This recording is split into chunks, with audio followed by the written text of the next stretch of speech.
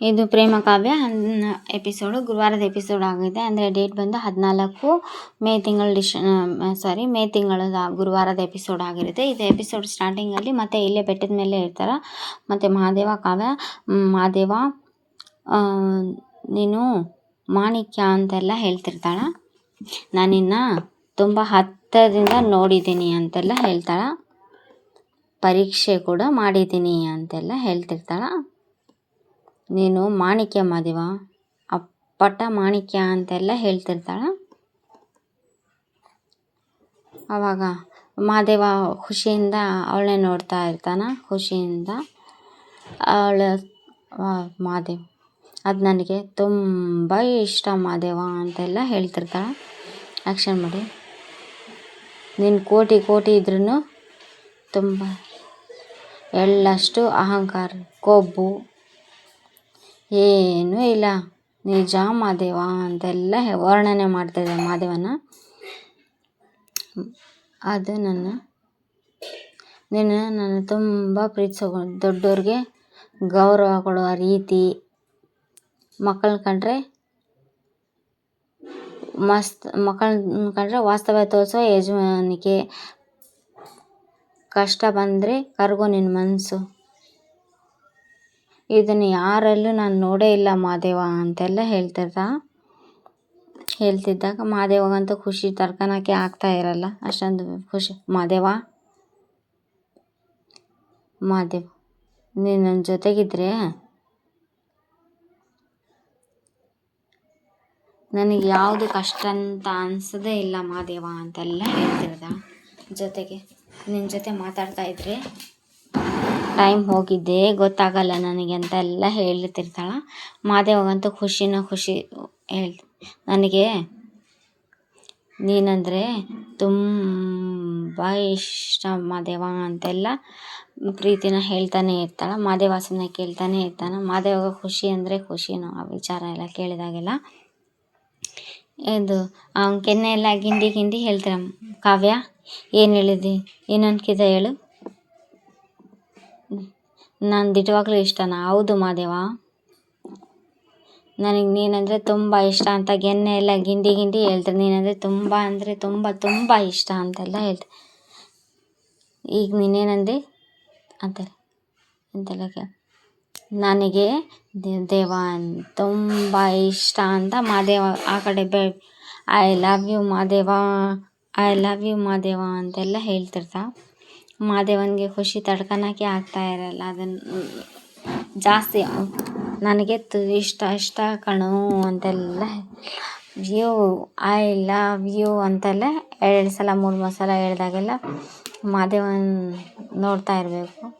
ತುಂಬ ನಾನು ಕಷ್ಟದಲ್ಲಿರೋರಿಗೆ ಕಣ್ಣೀರು ಒರೆಸ್ತೀಯ, ಸಹಾಯ ಮಾಡ್ತೀಯ, ಇದೆಲ್ಲ ನನಗೆ ತುಂಬ ಇಷ್ಟ. ಆದರೆ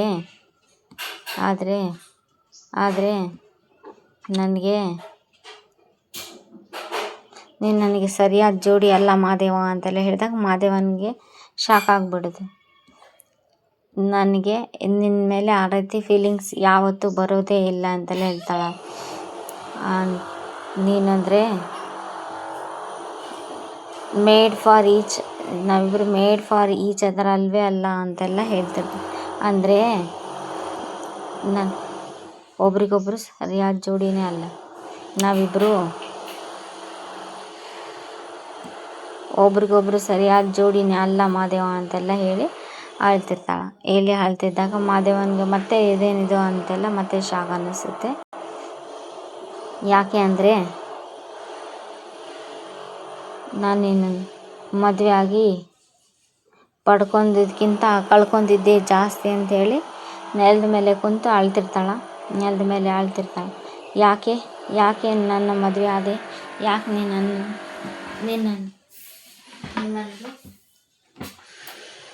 ಮದುವೆ ಆಗಿ ನನ್ನ ಆಸೆ ಕನಸುಗಳನ್ನೆಲ್ಲ ಕೊಂದುಬಿಟ್ಟೆ ನೀನು ಅಂತೆಲ್ಲ ಹೇಳ್ತೀನಿ. ಮಹಾದೇವನಿಗೆ ತುಂಬ ಬೇಜಾರು ಅನಿಸುತ್ತೆ. ನನ್ನ ಕನಸು ಆಸೆಗಳೆಲ್ಲ ಕೊಂದಾಕಿದೆ ಅಂತೆಲ್ಲ ಹೇಳ್ತಾರೆ. ಕೊಂದುಬಿಟ್ಟೆ ನೀನು ಅಂತೆಲ್ಲ ಹೇಳ್ತಿರ್ತಾಳೆ. ಮಾದೇವನಿಗೆ ಸಡನ್ನಾಗಿ ಇಷ್ಟು ದಿವಸ ಪ್ರೀತಿ ಎಲ್ಲ ಹೇಳ್ತಾ ಇರೋಳು ಸಡನ್ನಾಗಿ ದ್ವೇಷದ ಬಗ್ಗೆ ಮಾತಾಡ್ತಿರ್ಬೇಕಾದ್ರೆ ಮಾದೇವನಿಗೂ ಸ್ವಲ್ಪ ಶಾಕ್ ಅನಿಸುತ್ತೆ. ಏನು ಮಾಡ್ತಾ ಇದ್ದಾಳ, ಏನು ಹೇಳ್ತಾ ಇದ್ದಾಳ ಅಂತ ನನಗೆ ತುಂಬಾ ಕೋಪ ಬರ್ತಾ ಇದೆ ನಿನ್ನ ಮೇಲೆ ಅಂತೆಲ್ಲ ಹೇಳ್ತಿರ್ತಾಳೆ.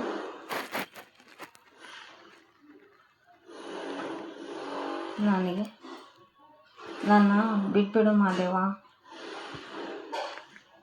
ಅಂತೆಲ್ಲ ಹೇಳಿ ಹೇಳ್ತಿರ್ತಾ. ಇದೇ ಟೈಮಿಗೆ ಆಟೋನಲ್ಲಿ ಮನೆಗೆ ಬಂದು ಮನೆಗೆ ಕರ್ಕೊಂಬಂದು ಬೆಡ್ ಮೇಲೆ ಮಲಗಿಸ್ತಾನೆ. ಅವಳನ್ನ ಬೆಡ್ ಮೇಲೆ ಮಲಗಿಸಿ ತಾನೇನು ತಪ್ಪು ಮಾಡಿದ್ದೀನಿ ಅಂತೆಲ್ಲ ಅವಳು ಜಾಸ್ತಿ ನೋವು ಪಟ್ಟಿದ್ದಾಳಲ್ಲ ಅದನ್ನೆಲ್ಲ ಫ್ಲ್ಯಾಶ್ ಬ್ಯಾಕ್ ಎಲ್ಲ ನೆನೆಸ್ಕೊತಾ ಇದ್ದಾಳೆ. ಇವಳಿಗೆ ಒಂದು ಆಸೆ ಕನಸೆಲ್ಲ ಇದೆ ಅಲ್ಲ, ಇವಳಿಗೆ ಆಸೆ ಕನಸು ನಾನು ಸುಟ್ಟು ಬೂದಿ ಮಾಡಿದೆ, ನುಚ್ಚು ನೂರಾಯಿತು ಅನ್ನೋದು ಆ ಟೆನ್ಷನ್ ಜಾಸ್ತಿ ಇರುತ್ತೆ ಅವನಿಗೆ. ಈ ಟೆನ್ಷನ್ನಿಂದ ನನ್ನಿಂದನೇ ನಿಂಗೆ ಈ ಥರ ಎಲ್ಲ ತೊಂದರೆ ಅಲ್ಲ,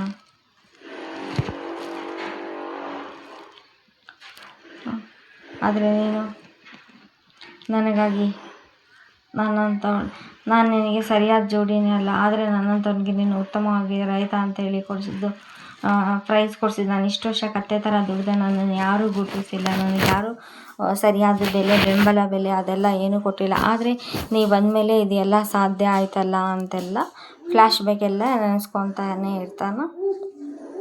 ಫ್ಲ್ಯಾಶ್ ಬ್ಯಾಕ್ ಎಲ್ಲ ನೆನೆಸ್ಕೊತ ಹೇಳ್ತಾನೆ, ನೀನು ಕರೆಕ್ಟೇ, ನೀನು ಎಲ್ಲ ನನಗೋಸ್ಕರ ಎಲ್ಲ ಆಲೋಚನೆ ಮಾಡಿ ಎಲ್ಲ ಒಳ್ಳೆಯದೇ ಮಾಡಿದ್ದೀಯಲ್ಲ ನನಗೆ ಅಂತೆಲ್ಲ ಆಮೇಲೆ ಇನ್ನೊಂದು